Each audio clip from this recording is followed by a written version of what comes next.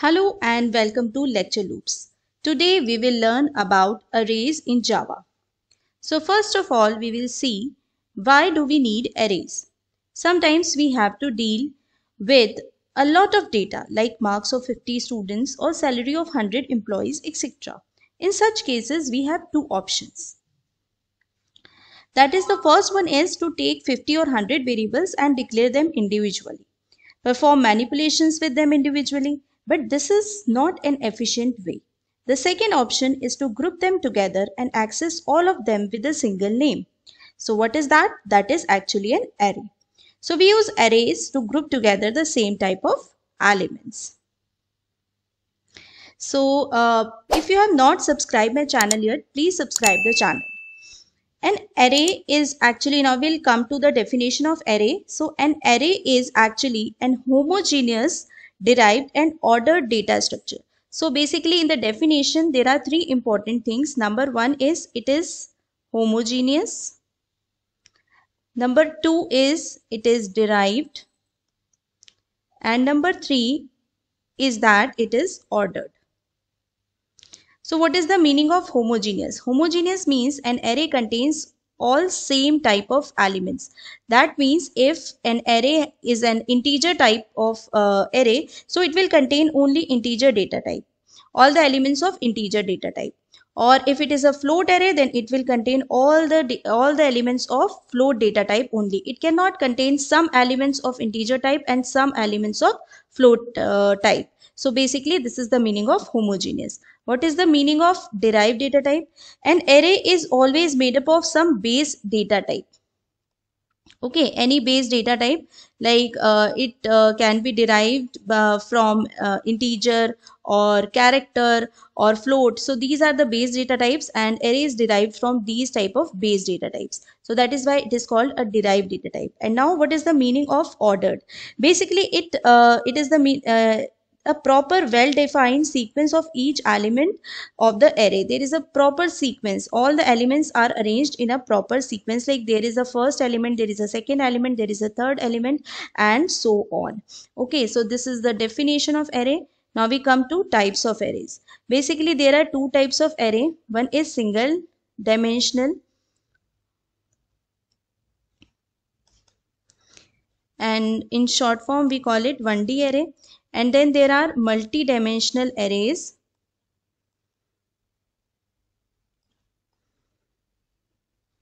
Okay, so multi-dimensional arrays can be, the popular type is 2D array. It is the simplest multi-dimensional array, two-dimensional array or 2D array. Okay.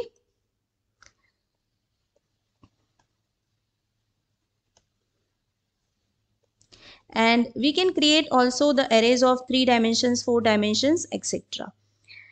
Now these are the types, and now we will see the declaration of 1D array. So first of all in this video we will cover the the complete thing about the one dimensional array, and then we will move to the two dimensional array. So first of all we will see the declaration of one dimensional array. So basically what is a single dimensional array? It is the finite ordered list of homogeneous elements. So we can visualize one dimensional array as a list of elements. Okay. And we cannot use array without declaring it, just like any other normal variable. In Java, we have to first create a reference to an array, then we can create the array using the new operator. So what are the steps? So first of all, I am just writing the syntax. So you have to mention the data type and you have to put square brackets here, and then you can mention array name here. This is basically the reference. You are creating the reference in this line, and you can also write it like this, like data type and array name, and we can put square brackets here also. So both are valid. Okay. And in the second step, what we have to do, we have to create the array like array name, that is equal to new data type, and here we can mention the size of the array. So data type basically tells the type of elements this array is going to contain. The array name specifies the name of the array, it must follow the rules of naming identifiers. You can name array as you wish, and the size specify the maximum number of elements this array can contain. Size must be an integer variable or integer constant without any sign. Fine. For example, now we take some examples, like we can have an array like this. Suppose, yes, and then roll number is equal to new int 10, like this. So we are declaring an array roll number of integer type. This is the name of the array. This is of integer type. And what is the size? Size is 10. So there will be an array of 10 elements containing integer elements. Okay. So we can, combine these two lines also. How we can do that? We can also write it like this: int roll number is equal to new int 10. Fine. So this is also perfectly valid. So this is the basic declaration. Now at this point of time, I just want to tell you that what is the difference between arrays in C or C++ and arrays in Java. So basically arrays in C or C++ are static, while the arrays in Java are dynamic. Why I am saying that? Because when we create arrays in C or C++, then we have to mention their size at the time of declaration.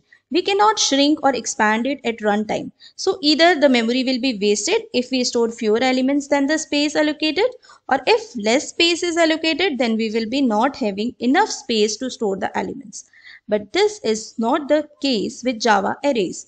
We can ask the user that how many elements he wanted to store in the array. Then that much memory is allocated at runtime. So that is why we can say that Java arrays are dynamic. So if you like this much part of the video, then please like the video. Now we come to accessing the elements of 1D array. So how can we access the individual elements of array? We can access the individual elements of array using subscripts or indexes. Subscripts or indexes. Right? The subscripts are from 0 to n minus 1, where n is the size of the array.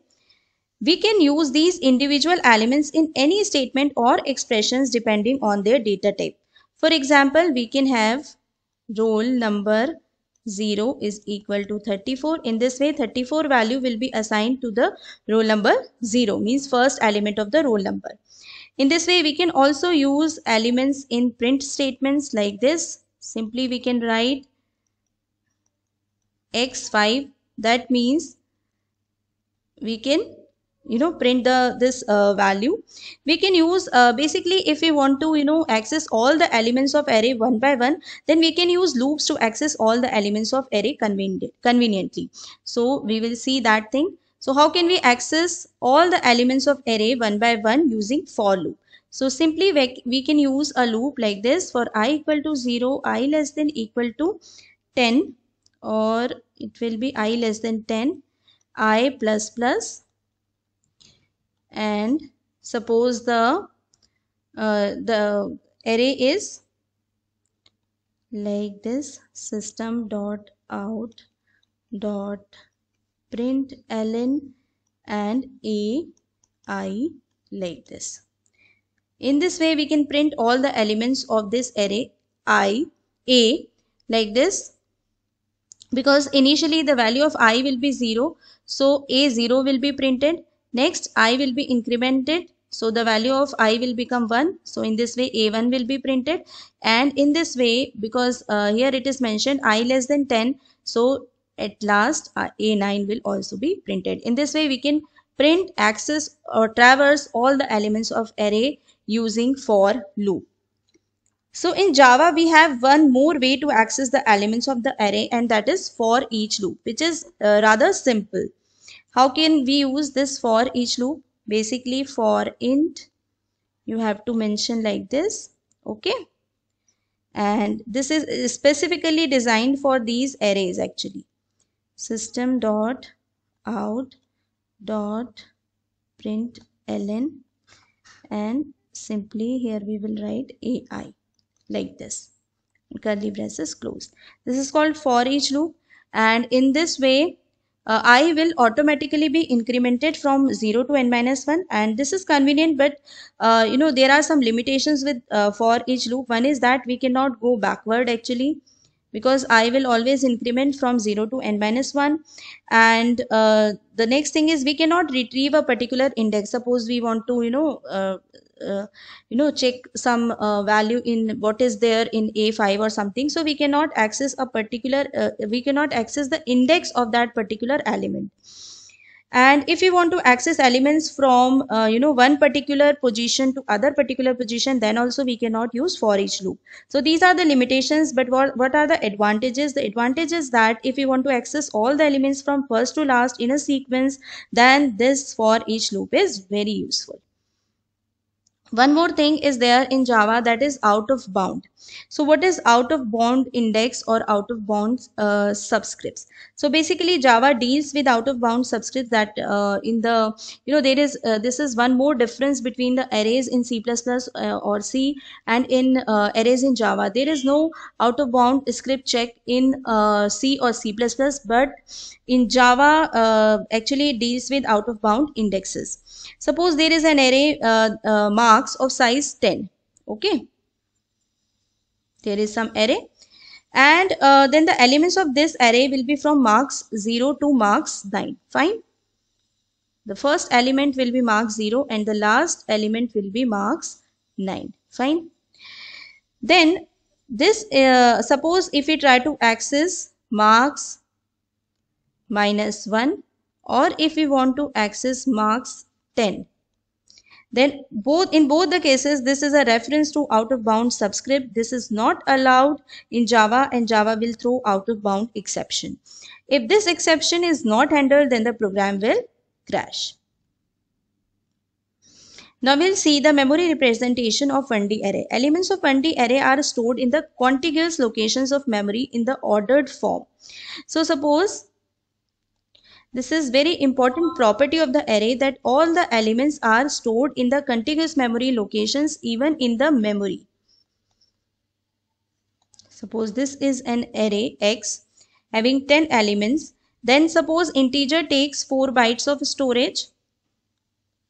Okay. Then this array will be allocated memory of 40 bytes. Because 10 elements are there and each element is taking 4 bytes. So as a total, it will take 40 bytes of storage. Now these 40, contiguous 40 bytes will be allocated to this array X. Okay.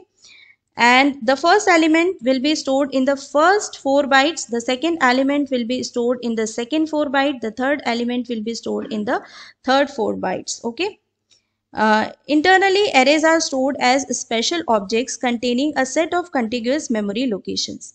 A reference that stores the starting address of the array elements, and an instance variable containing the size of the length of the array. So basically, suppose this is the reference variable created, and it will point to the array first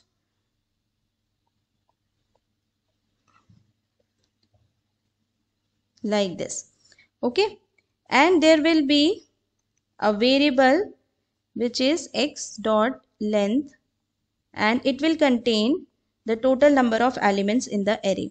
How these are x's? The first element will be called as x0, the second element will be called as x1, the third element will be called x2, and so on. The last element will be called as x9. Fine. So this is the basic memory representation of the array. Now we'll see a coding example of array, that how we use array in programs. Hello friends, so we are going to make now we are going to make the program using one-dimensional array. So here actually we are taking as input marks of 5 subjects, and then we are going to find out the average of those marks. Okay, so here I have declared this array X, and now we are going to take input from the user. Okay, so for that we can use this for loop, and it will go like this.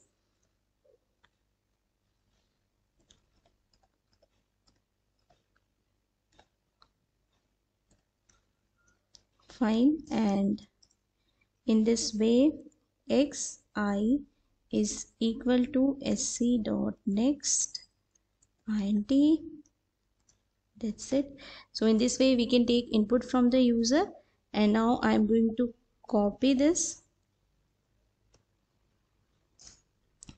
Now we also need a variable sum where we are going to store the sum of these marks, and now we can write it here as sum.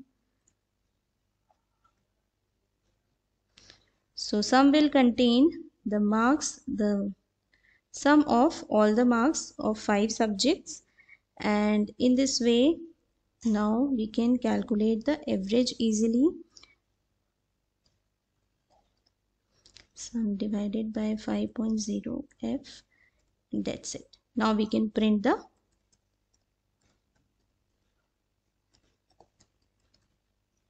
average.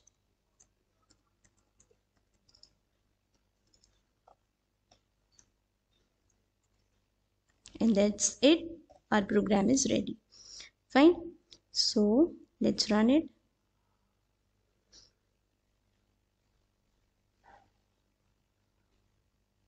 So here we have to enter the marks in 5 subjects.